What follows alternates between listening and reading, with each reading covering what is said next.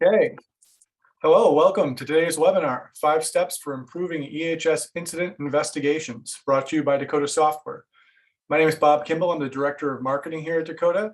I'll be your moderator for today's event, and I'd like to start by thanking everyone for joining us. Looks like we have a good crowd here, so let's go ahead and get started.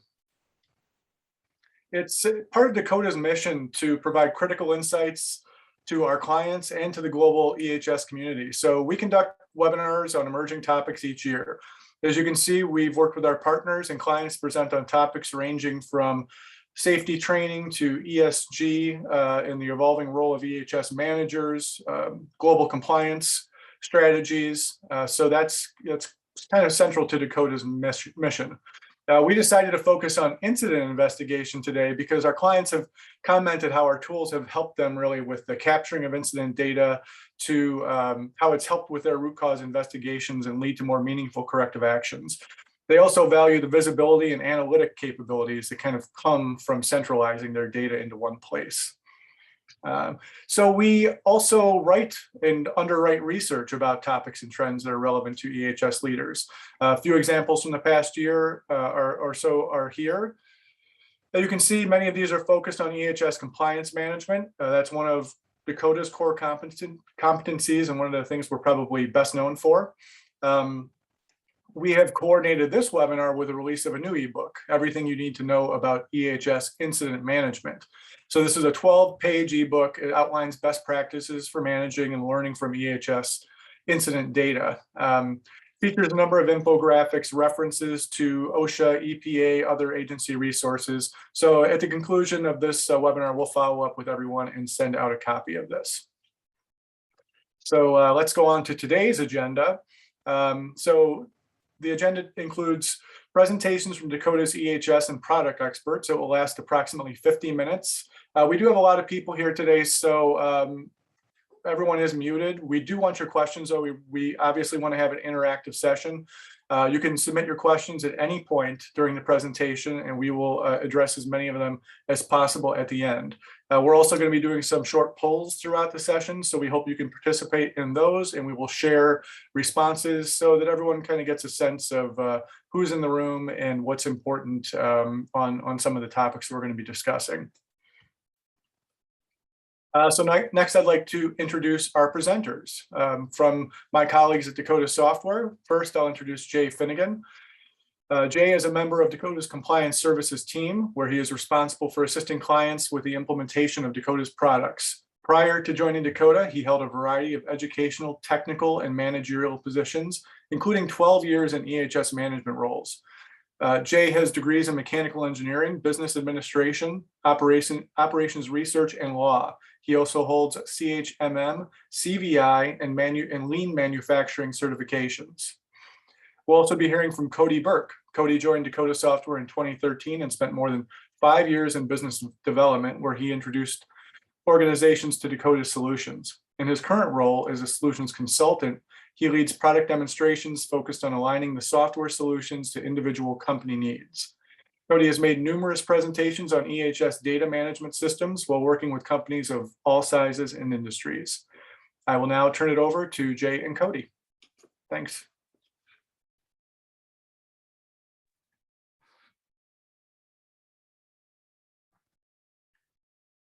Let's see. Yep, too far. Oh, no, okay. Well, welcome everybody. So the first question we got to ask, what is an EHS incident? And of course, there are the traditional incidents of an injury, a motor vehicle accident, an environmental spill or release, and property damage. But there are some companies, and for purposes of this presentation, we're going to expand that definition so that it also includes near misses and observations like BBS observations. We want to highlight, and these are very common statistics, the costs of an incident. Now, this is really focusing on when we have those real incidents. And you can see, for instance, that if we've got a medical treatment injury, the average from the National Safety Council is about $39,000. And in 2018, if we have environmental penalties, it's also about $39,000, again, on average. But the upside or the downside on the environmental side can be really huge. And so if we take a look at the penalties that were assessed against BP and Transocean for the Deepwater Horizon tragedy, we see that topped, almost made it to $7 billion. And of course, we had the Volkswagen, when you call it the fraudulent computer emission control scandal, which cost them $1.5 billion. So when you have an incident, the first thing that happens is there's the initial report. Obviously, something's happened and we got to make a report. Then there's going to be some sort of a preliminary response. We might have to notify the agency. We might have to notify our workers' comp or our third-party administrator. We might have to notify corporate. And obviously, we also want to take care of the immediate response of the incident itself, the immediate first aid, cleaning up the spill, whatever we need, depending on the nature of the incident. Following that, we're going to be in a position to do the investigation. Now, if we've got an injured worker that we've got to do treatment, we're not going to cover that aspect of it. But in the investigation, we're going to take a look, what happened? Why did this incident occur? And based on that investigation, we're going to come up with some corrective and preventive actions. And out of the treatment of the individual or the long-term activities we actually perform, the investigation, the corrective and preventive actions, we're going to be generating a documentary history of the incident, but we're also going to be potentially exposing additional treatment that we need, additional need for investigation, which may lead to some more corrective actions. And the records that we've generated, that documentary history, is going to help us prepare various reports that may be needed. In this session, we're really going to focus on these two sections, the investigation and corrective and preventive actions. But we do want to highlight that's just a small part of the overall picture of an incident. So let's take a look at those 5 steps. And the first one is to socialize your EHS incident reporting throughout the organization. And as we take a look at how we're going to do that, the first thing we should do is recognize what are some of the common barriers. Why don't people report incidents in near misses? Well, the first thing that can happen is a worker, for instance, might not recognize that they're actually injured, or they might not realize the severity of the injury, or they might think that the injury isn't work-related. The second one is people just might be frustrated with the process. It's too slow, it's too complex. Or you could even incorporate perhaps in that, they don't have any faith that if I tell you about this incident, is anything actually going to come of it? And then there's always the risk of fear for their job. Now, it's easy to think about the retaliation. You report this, you could hurt your opportunities, you could even wind up losing a job. But peer pressure is another aspect to the fear for their job. In my former employee, one of the employees told me a story that occurred before I had gotten to the facility. They had gone some period without an OSHA recordable injury, and word had leaked out that the company was going to get them some sort of a jacket as a reward for their safe history. Of course, rewarding that, and we're going to talk about this in a minute, not a good idea. But then shortly before they were going to achieve the target where they would get their jacket, somebody got hurt. And it was the person who got hurt that was telling me the story. For some time afterwards, that person was saying that people would come up to him and they said, you know, you cost us a jacket. So, you know, who wants to be responsible for all the other workers in the factory saying, you cost us a jacket or you cost us a meal? And that peer pressure can actually be another deterrent to reporting incidents.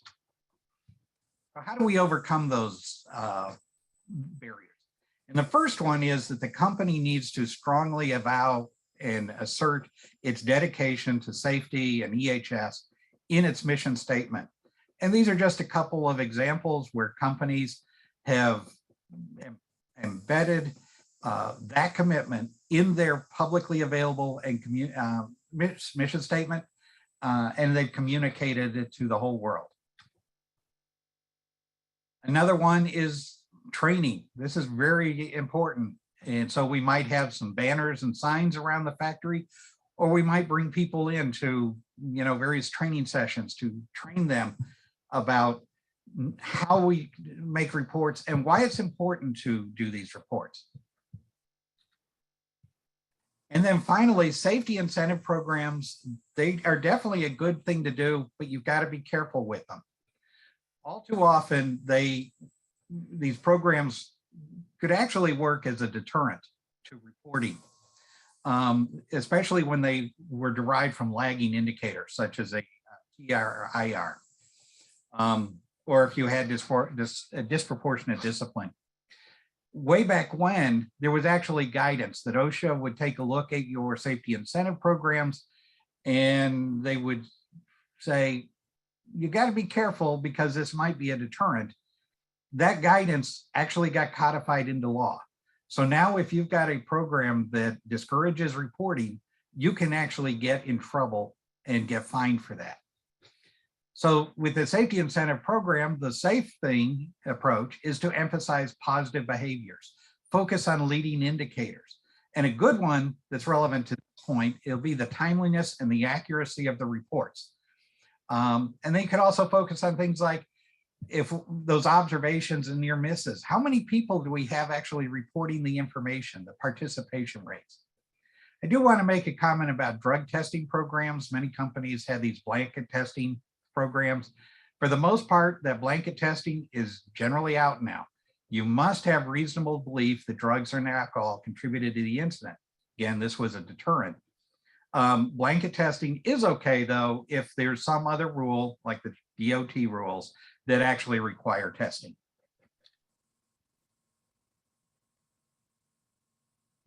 All right, so beyond the ways that Jay just introduced for overcoming barriers to incident reporting, I'm also going to highlight how technology can be used to socialize incident reporting. Now, while we're looking at this from an overall technology standpoint, I want to make it clear that some of the features that we will be highlighting may tend to be unique to Dakota.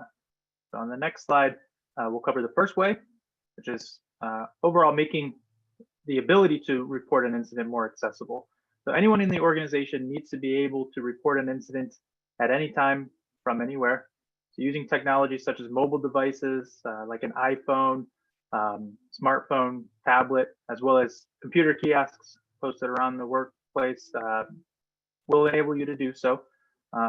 You also need to be able to reduce barriers to reporting these incidents, making them accessible from a first report of incident standpoint, maybe via a unique URL that can be easily accessed, reducing username and password requirements so that employees don't have to remember another password in order to report an incident.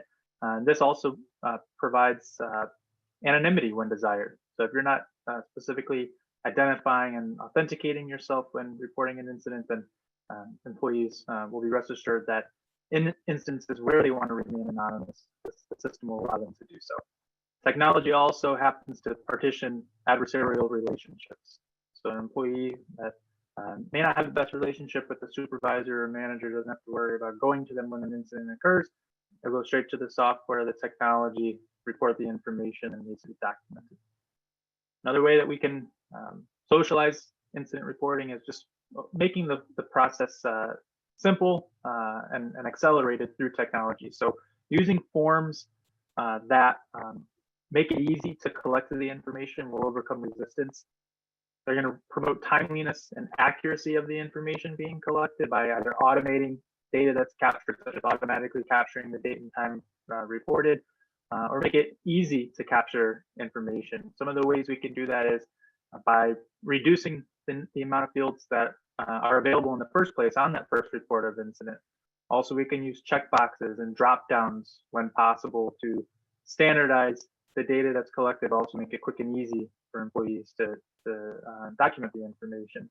And we want to limit required fields to only necessary information so that we can submit the report quickly and move on with the process. So overall, This is a little bit of a balancing act. It can be a struggle to find the right balance between how much information EHS wants in the initial report and how much information the initial reporter wants to provide. But I think if we can do that, if we can find that balance, then the process will remain accelerated. Finally, on the next slide, technology helps to establish a feedback loop. So using technology such as Dakota's Proactivity Suite, you'll be able to utilize automatic email notifications every step of the way, whether it be a confirmation email to the reporter that their first report of incident was in fact sent, documenting the unique ID number that can be referenced later, automatic notifications to supervisors and management when these incidents occur, so they can start the follow-up process and document additional information when needed. Of course, the investigation team needs to be notified so that we can conduct the proper root cause investigation and issue corrective and preventive actions to responsible persons who would also need to be notified of those responsibilities so they can document their efforts to manage those improvements. This feedback loop demonstrates management commitment, something we're all trying to achieve here, and provides a mechanism to establish actual proof of improvements so employees know that their reporting efforts aren't going unnoticed. And that leads us to our first poll question. All right, thanks, Jay and Cody. So yes, we are going to conduct a poll now, and again, we'll share these results after everyone has given their feedback. Oops, sorry, give me 1 second here. And everyone should be seeing a poll right now, and the question is, which methods do you use to socialize incident reporting? So you can choose all the ones that you use. That you utilize in your organization. You can put other. If you're choosing other, we welcome you sharing your methods through the chat or through the Q&A window. We'll make that visible to everybody. We know that there's lots of different ways people do things, creative ways to get people engaged in safety reporting and in the safety process. So we would love to hear from everyone on the call about what they're doing that's unique. All right, and we'll give everyone just another minute or two another maybe 10 seconds to fill in another minute or two. And then we'll go ahead and share those results. Now it looks like we're getting some clear leaders coming ahead here. And probably not a lot of surprises. But maybe some of these will be. Okay, 5 more seconds and we will wrap this up.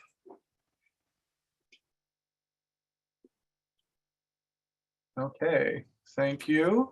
And you should be seeing the results on your screen now. So training, as Jay mentioned, is pretty important to most organizations, a critical part of getting employees engaged. I think having safety in the mission statement is pretty high. That's great to see that organizations are including that right top level into the company's mission and purpose.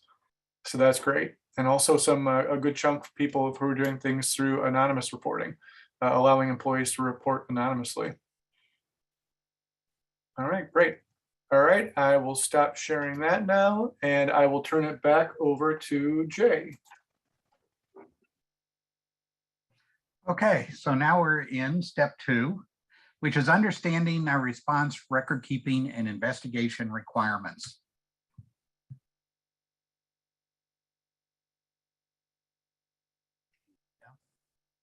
So why do we need formal processes and tools? And at this point, I'm not necessarily talking about a technological process and tool. I'm just saying that you need a formal process and tool. Could be that everything is administrative and paper. And you start out with there are a lot of requirements out there that mandate that you have some processes and tools for handling incidents. And we can take a look at things, everything from the OSHA 300 and 300A, to the special requirements of process safety management. From EPA, we've got our requirements under EPRA, the Tier 2 reports, TRI reports, and the risk management program. We have DOT requirements, and then we can move into industry standards like API 754. Those people who are in the chemical industry will be familiar with that standard. And then you have management system standards, everything from ISO 14001 and 45001 on the environmental side, the health and safety side, but also things like the American Chemistry Council Responsible Care Management System. And there are so many other management systems out there. And sometimes when we have an incident, having this record keeping and the reporting, it's no longer an option. So many times with property damage or motor vehicle accident, near miss, you may not actually have too many requirements. There might be local ordinances, things like that. Or your insurance carrier may require certain requirements. But when we start dealing with injuries and illnesses and environmental, now we get into potentially some very, very legitimate and substantial reporting and recording requirements. And then there's all the record keeping requirements. And these are coming from the whole world that's out there, the federal government, the state and local governments, insurance companies, certification bodies, corporate requirements. There's just, when we have particularly those real incidents, there's just a lot of data that we need to capture. Okay, so how do we know which response, record keeping, and investigation requirements apply to us? So first of all, technology such as Dakota's profiler application is designed to help organizations with this process. For those of you that aren't familiar with Dakota and our profiler application, this is a tool that features integrated regulatory requirements coming from OSHA, EPA, DOT, and other agencies, and it utilizes a rule-based applicability engine to assist organizations in determining exactly which of these requirements apply to their individual operations. One simple concept to compare it to is a TurboTax style analysis. So the software walks you through a series of yes or no questions. At the end of the exercise, you'll see in green folders, such as the example we have listed here, all of the requirements that apply to your operations. So in this example, we've determined electronic reporting over under OSHA's accident and incident reporting domain apply to this facility. And we've done that through a series of yes or no questions that were presented to us by the software. So you can see, does your company have 11 or more employees at any time during the last calendar year? And it's even giving you an opportunity to identify an exemption. Other examples of this include PSM. So PSM's incident investigation requirements. The software can help you determine whether or not these comply or apply to you. And if you're on the environmental side, RMP requirements, same process, determining all of the regulatory requirements, incident investigation requirements under this regulatory area. That takes us to the next section.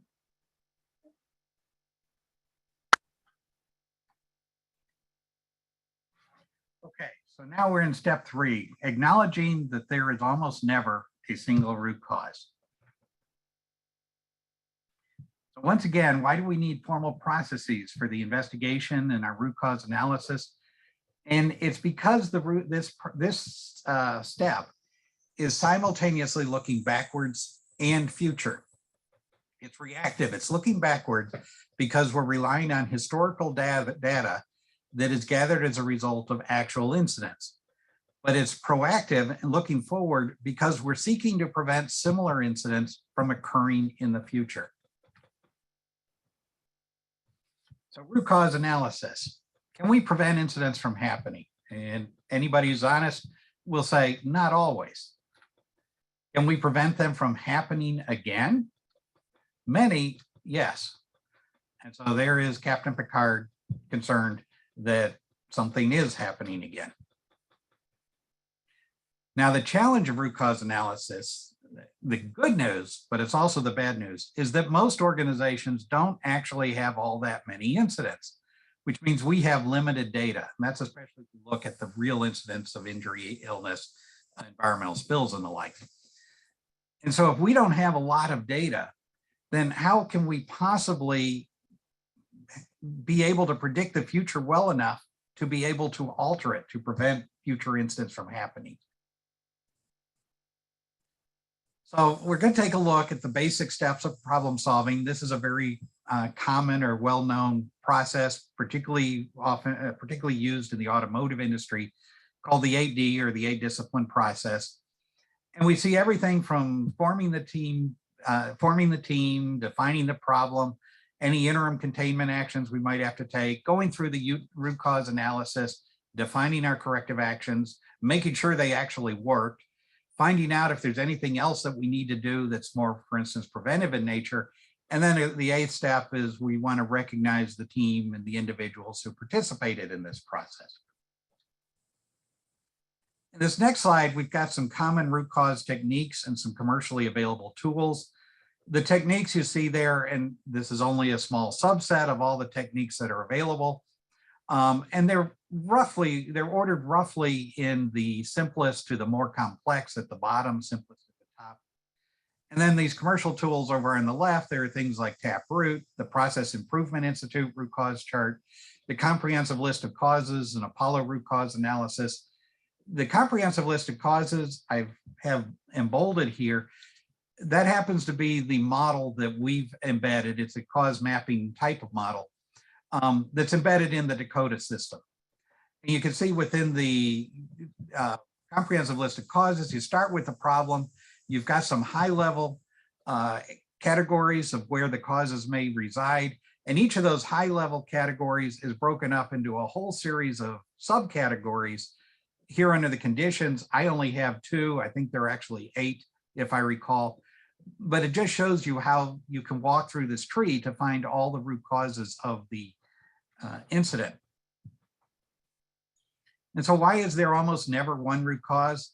And a simple reason. The reason is incidents are rarely so simple. You have a fire, and we take a look at the very, very simple fire triangle. We only need these 3 elements to be in place. Well, we can't really do much about oxygen in most cases. That's everywhere. But if we have a fire, we can certainly ask, why was this fuel available to burn? And what was the ignition source that ignited the fuel? There are ineffective corrective preventive actions, and the blame game is the most ineffective of them all. When we do define a corrective action, and in order for it to be effective, and this is an item that we think is not necessarily really communicated well in a lot of white papers and documents that talk about this, that once we've identified a root cause, there really should be at least 3 actions that come out of that root cause. The first is the substantive change. And that means examples, we're going to give people a new tool to use, or we're going to change a process or make change in the procedure. The next step is the administrative change. So there's almost always some procedure that needs to be updated. We've told even that's part of our substance, but we need to update the document that describes that procedure. Again, in my former job, this happened to be in the quality world. They had made a change in the way they mixed some paints. We were getting ready for the equivalent of an ISO audit, AS9100. And if you took a look at what the operators were doing and looked at their instructions on the wall, you saw there was a mismatch. That was a guaranteed finding if an auditor had found it.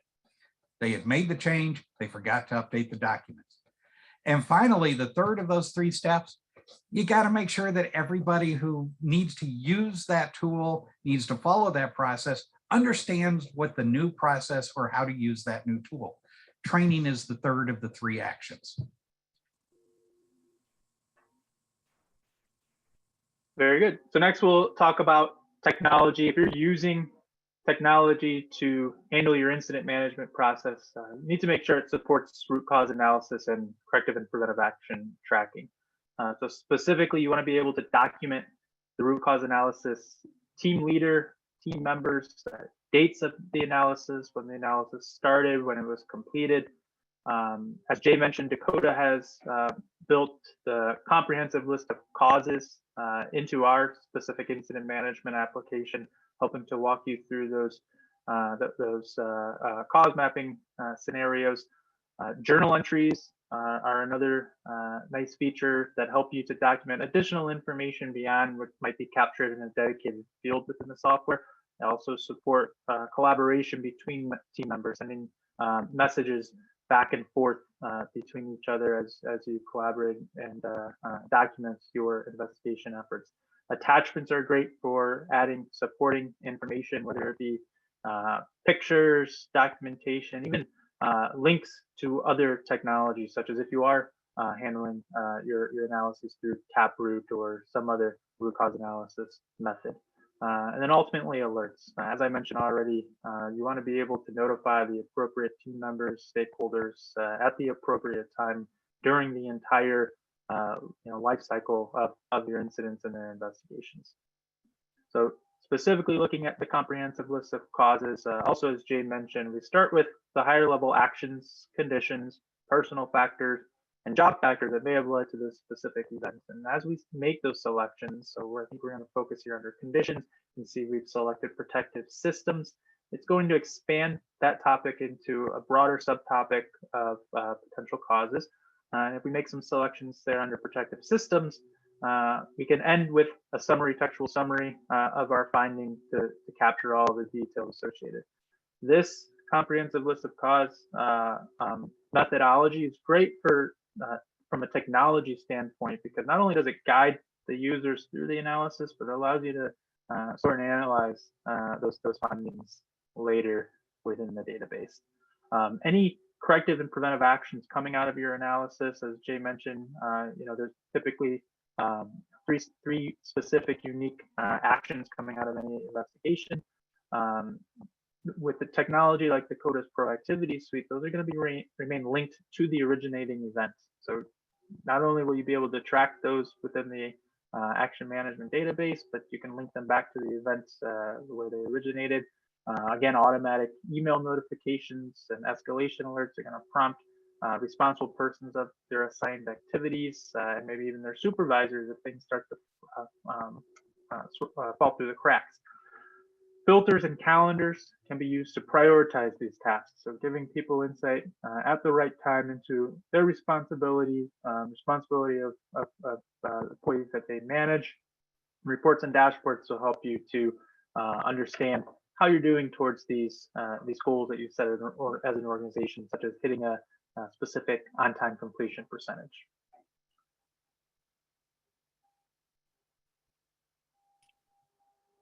Okay, thanks again, Cody and Jay. We're going to do one more poll here before we get to the last couple of steps. And the question here is, which methodologies does your organization use for root cause analysis? So I'm going to pull this up on the screen here, and everyone should now be seeing this poll. Again, this is one of the, you can choose as many as you'd like. There is the other option. Again, we would love for you to share how you are conducting a root cause analysis at your organization through the Q&A window so that others can see it. That would be wonderful.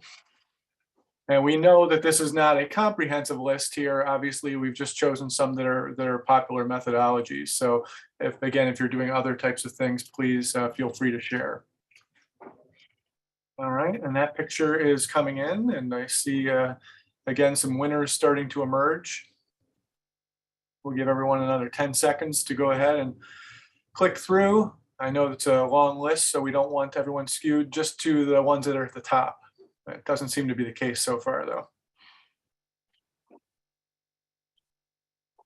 All right, and we'll go ahead and wrap this poll up, and I'll share these results. And so everyone should be seeing that now, and it looks like the 5 why analysis, brainstorming obviously is pretty high up there, and then it's pretty even mix throughout. A couple of others, it doesn't look like anyone offered up one of their own, but definitely people doing other things. So thanks again for that feedback, and we will move on now to the last 2 steps. Go ahead and take it, Jay.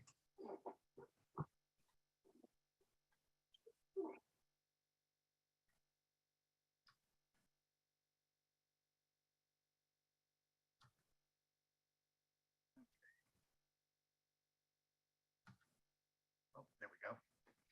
Okay, so the next step is centralize your record keeping and collaboration. And this is getting at making sure that all the data goes to a place where it can be used.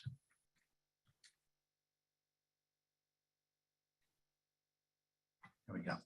So the first thing that happens, particularly if reporting to the agencies occurs at a corporate level, being able to get the data in a location where corporate has access to all that data really makes it a whole lot easier to prepare those reports. And we have a couple here. One is certainly coming due. People should starting to actually be thinking about it. And that is that on March 2nd of every year, we now have to report the OSHA 300A summary data to OSHA, its injury tracking application. Over on the environmental side, of course, the EPA set up the Central Data Exchange, which has 65 active programs that it runs under that, many of which have various due dates. And I just have a few samples here. The biennial report under RECRA info, which is due February 28th. For greenhouse gas reporters, the EGRET report due March 31st. And the toxic release inventory, or many people know it better as the Form Rs, which are due July 1st.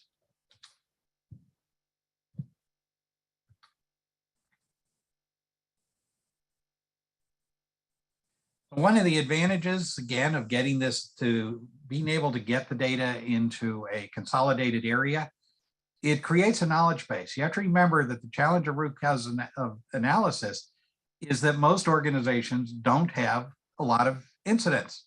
That's the good news, but it means there's limited data, especially if you consider if the organization doesn't have a lot of incidents, how many does an individual facility have? So by getting the data into a consolidated database of some sort, we increase the amount of data available, and that increases our ability to implement stronger preventive measures. Let's see, make sure I didn't go too far. I don't think I did. So one of the other items to watch out for is OSHA's naughty list, the Severe Violator Enforcement Program. And so under this program, OSHA is going to concentrate its resources on employers who actually have demonstrated this indifference to the obligations by having willful or repeated or failure to obey violations. But one of the things to remember about this program, it certainly can and often does look beyond the four walls of the individual facility. So that if something happens at my facility, something serious happens at my facility in Ohio, but it turns out that facility was actually very similar to something that happened in California a year ago, OSHA can come in and say, well, you didn't learn from that incident in California, and therefore your penalties are going to be that much higher, and you're going to wind up on this severe violator enforcement program.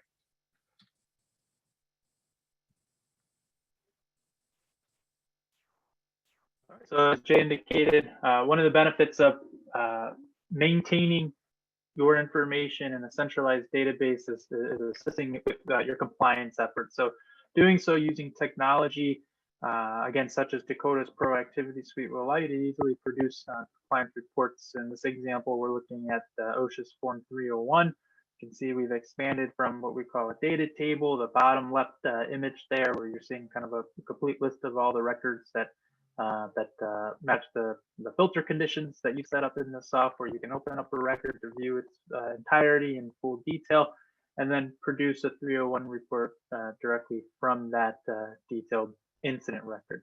Another example of using a centralized database is the fact that it provides enterprise-wide visibility. So again, as Jay mentioned, you likely aren't going to have all that many actual incidents, especially at a single facility, but rolling the incident information up into the enterprise will give folks across the enterprise visibility into things that are happening at some of their sister locations. And you can learn from that information. So the fact that you'll have access to the knowledge base, you can share information, you can even send proactive notifications of types of incidents if you know some of the similar operations are set up at sister facilities, and you want to avoid similar incidents from happening at those locations. The other thing to keep in mind is corrective and preventive action tracking history and effectiveness. So the fact that you're documenting all of this information in an auditable database will allow you to verify its effectiveness. So you can go back into the history of your completed actions, verify that what you've done in the past is actually holding up and preventing similar incidents from occurring in the future. You can use this to demonstrate your commitment to safety, not only in the eyes of internal stakeholders, but OSHA and other regulators as well.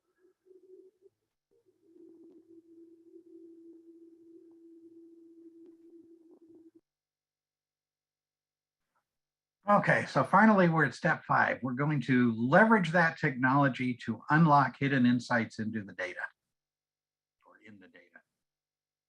So Verdantix did a survey of EHS leaders, and we see that by overwhelming numbers that leaders complained or had problems and issues with the data they were giving, either in their ability to analyze it, the data just was low quality and inconsistent, it wasn't current, too much focusing on lagging indicators, the cost and of performing any analysis just outweighed the benefits.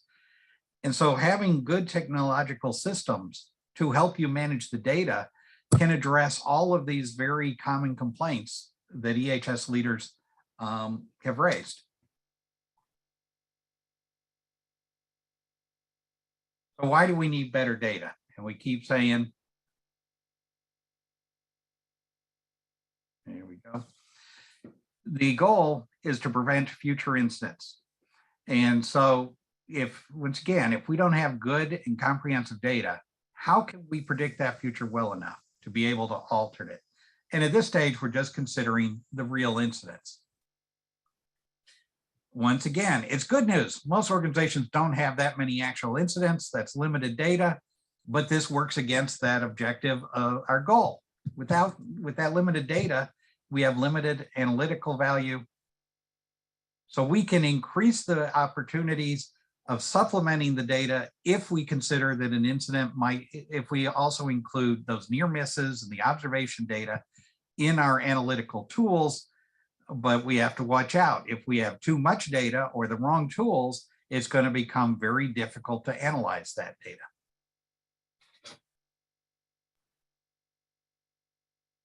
How do we improve the ease of analyzing data? Again, I think you've all realized the common theme with what I'm presenting: technology. So we want to use technology to improve the quality of the data and unlock these hidden insights that are available to us with the information that we're collecting. So using commercially available tools like Dakota's Proactivity Suite, you'll have the ability to take advantage of interactive dashboards that you can use to display information in many different ways, review numerous data points so you can compare metrics by location, period of time, severity of incidents, as well as many other parameters. You can save and share common filters and dashboards with other users across the enterprise. So you can all be using common data sets as you compare facilities and regions and business units to each other. Also, correlate lagging indicators with leading indicators. So we're all looking for that next data point that's going to help us to measure the effectiveness of our safety program. So looking at things like on-time completion percentage, red flag audit percentage, for example, comparing those to the actual incidents that are occurring will help us to know where to really drive our attention from a leading indicator standpoint. Now, in addition to being able to get access to a shared database for collaboration purposes, using technologies such as Dakota's Proactivity Suite will allow you to manage the same data set in a series of filterable dashboards that actually run on a patented technology called parametric filtering.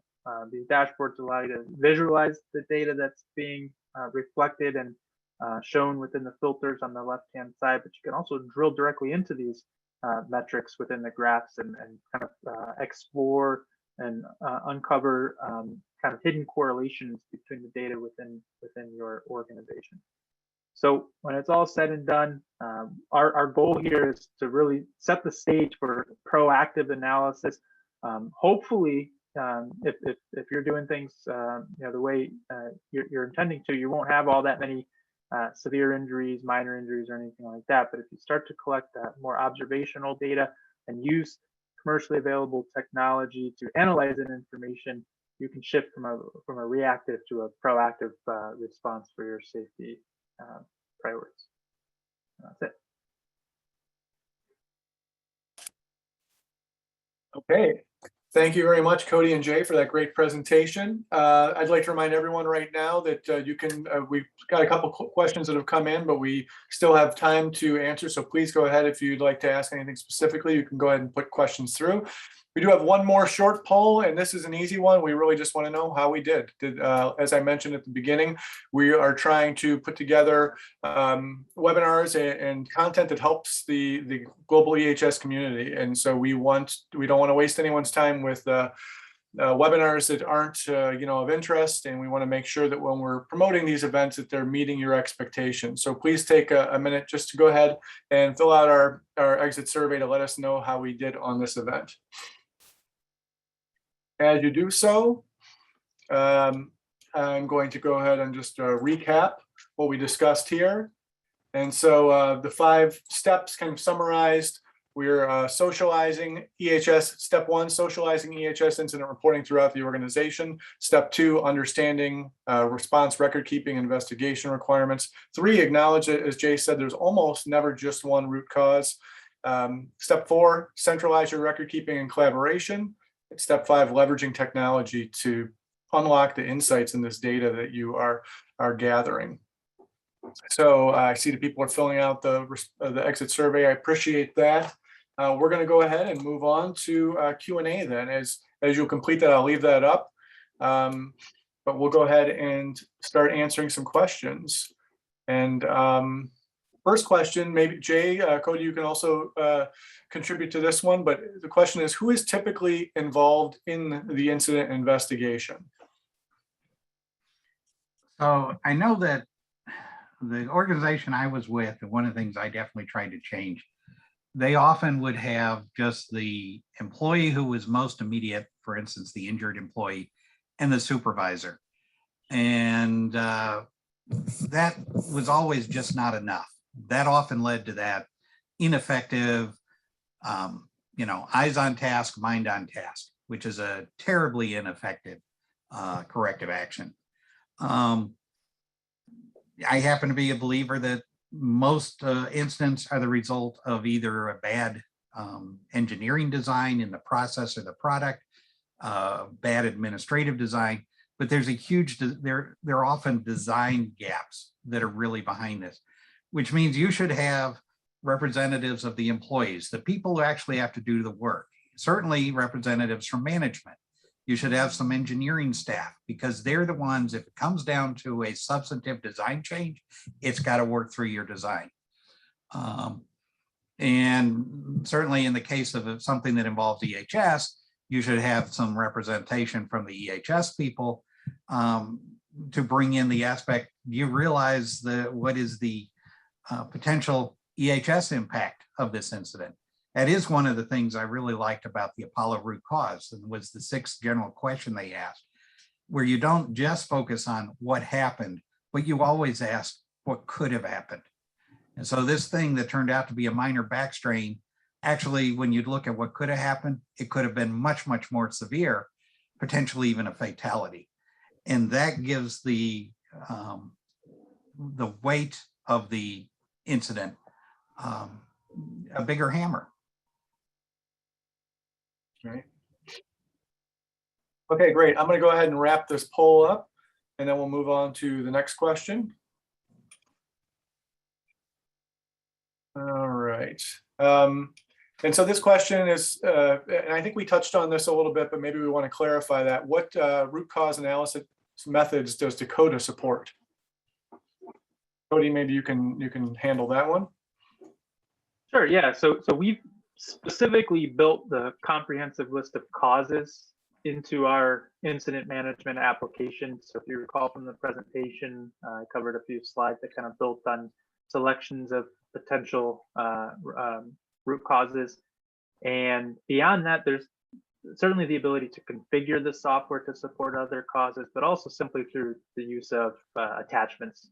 So a lot of other cause methodologies would essentially promote, through conference room exercises, collaboration through basic work documentation. You can attach those files to the record to save the analysis that you conducted outside of the system.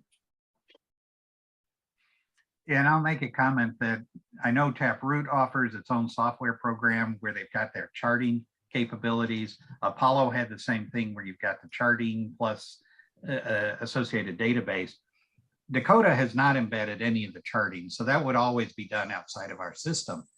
But you could easily integrate those systems by using those pieces of software to perform the root cause analysis, and then you take the outputs of that and you could attach them, for instance, and as Dakota said, into Dakota. Right. Okay, great. Jay, did you see the question regarding verification and validation? Maybe you can paraphrase that one so that I don't have to. Yeah, it's somebody who has a government customer who requires both verification and validation. And the question is asking, what steps would you do for verification and validation or versus validation? And I guess to me, the biggest, the pieces that's talking about is it's getting into, we've decided there are some corrective actions we need to implement. One, did we implement those and did they stick? Is there a stickiness part of it? And I guess that would be the verification. And then the validation is getting in, did they actually work? So I mentioned that I came out of an aerospace company, and I was one of their internal AS9100 auditors. And a finding had been raised against one of our departments, and they came up with a corrective action that they're going to define a new procedure.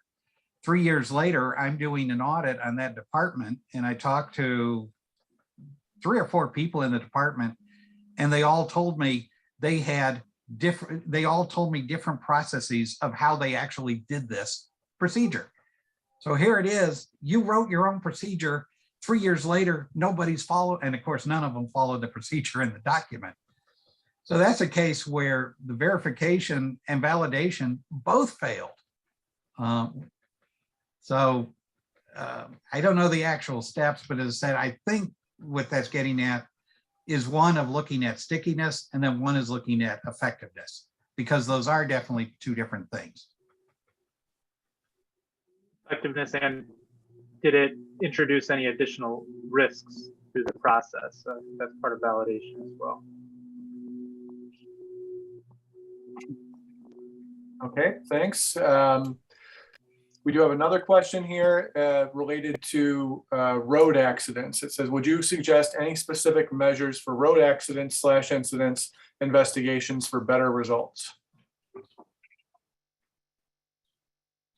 This is an area this is an area, fortunately, I have not had many incidents of my own on the road, unfortunately. And we did not have a fleet, so I don't have a lot of experience on this. Certainly, I mean, everything we've talked about is making sure that people have an ability to get the information reported as quickly as possible, and then making sure that even if you have to rely on a paper form initially, making sure that you've got a good comprehensive form to collect the data as quickly as possible, at the time and scene of the accident. I don't have a lot of experience here as well, but I do know we have some clients that use technology that captures short video clips when there is some sort of a event that it detects within the vehicle. So that's one way you can use to collect video evidence of what happened at the time of the event. And then that's added as part of the incident in the system. Is that right? Right, and then you can take that video clip and add it as an attachment that could be referenced as you follow up the event. Okay, great. So thanks, guys, and we'll pause. It looks like we've got to all the questions, but we'll have another minute or two here if anyone wants to ask another one. I'll just add, I see a comment just came through to the panelists. Looks like a metric that can be tracked for road accidents and incidents, comparing those motor vehicle accidents to miles driven or hours driven as a way to calculate rates of accidents, at least. Great. Yeah. Thanks, Cody. All right. We did get a lot of questions regarding slides and recordings. Yes, we'll definitely be following up with those, as well as some of the asset I mentioned earlier, the new ebook that Dakota has put out. And we will definitely be in touch afterwards with the recordings, so you can share this internally or view it again. So I want to thank Cody and Jay for taking their time to put that presentation together. And thank you to everyone on the call for joining us today. We hope you found the content good and informative. And if you have any more questions, please don't hesitate to reach out to Dakota with the information on the screen. All right. Thank you all and have a great day. Thanks all. Bye all.